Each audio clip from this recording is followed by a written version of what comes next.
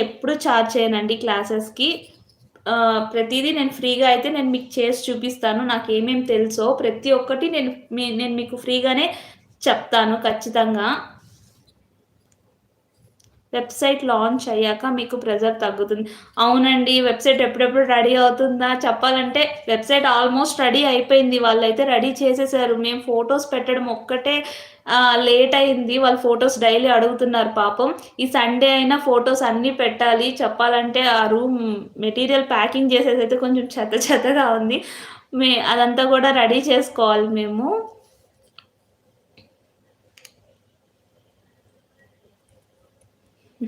మీ పేరులోనే విద్య ఉందక్క. అందుకే టీచర్ అయ్యో! అలా ఏం లేదండి. నాకొచ్చింది మీకు నేర్పిస్తున్నాను అంతే.